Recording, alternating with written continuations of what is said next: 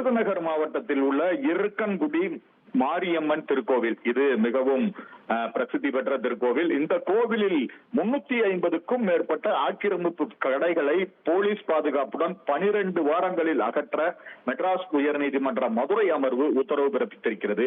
இந்த வழக்கை தொடர்ந்தவர் மதுரை அண்ணா நகரை சேர்ந்த வழக்கறிஞர் முத்துக்குமார் என்பவர். இவர் பல பொதுநல வழக்குகள் போடக்கூடியவர். இவர் தொடர்ந்த இந்த மதுரை அமர்வில் இவர் ஒரு பொதுநல வழக்கை தொடர்கிறார். அந்த வழக்கில் விருதுநகர் மாவட்டம் சாத்தூரில் இருக்கன்குடி கிராமத்தில் இருக்கன்குடி மாரியம்மன் திருக்கோயில் இருக்கிறது.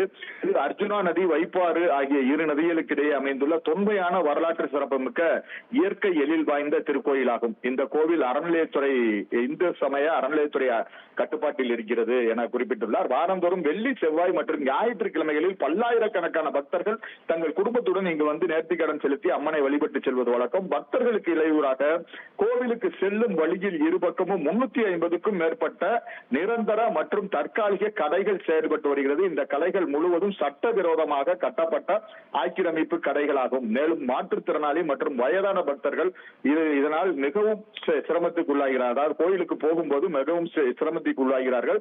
சில நேரங்களில் அவர்களது வழிபாட்டு உரிமையும் பறிக்கப்படுகிறது. இத்தகைய சட்டவிரோத ஆக்கிரமிப்பு கடைக்காரர்களின் அடாவடி தரமான செயல் மிகவும் கண்டிக்கத்தக்கது. ஆகவே இந்த கடைகளை அகற்ற உத்தரவிட வேண்டும் என கேட்டிருந்தார். இந்த மனுவானது நீதிபதிகள் எஸ் எம் சுப்பிரமணியம், அருள்முருகன் ஆகியோர் அமர்வில் வந்த பொழுது பக்தர்கள் தரிசனத்திற்கு இடையூறாக உள்ள நடைபாதை ஆக்கிரமிப்பு கடைகள் அனைத்தையும் போலீஸ் பாதுகாப்புடன் 12 வாரங்களில் அகற்ற வேண்டும் என கோவில் நிர்வாக அதிகாரிக்கு நீதிபதிகள் உத்தரவிட்டிருக்கிறார்கள்.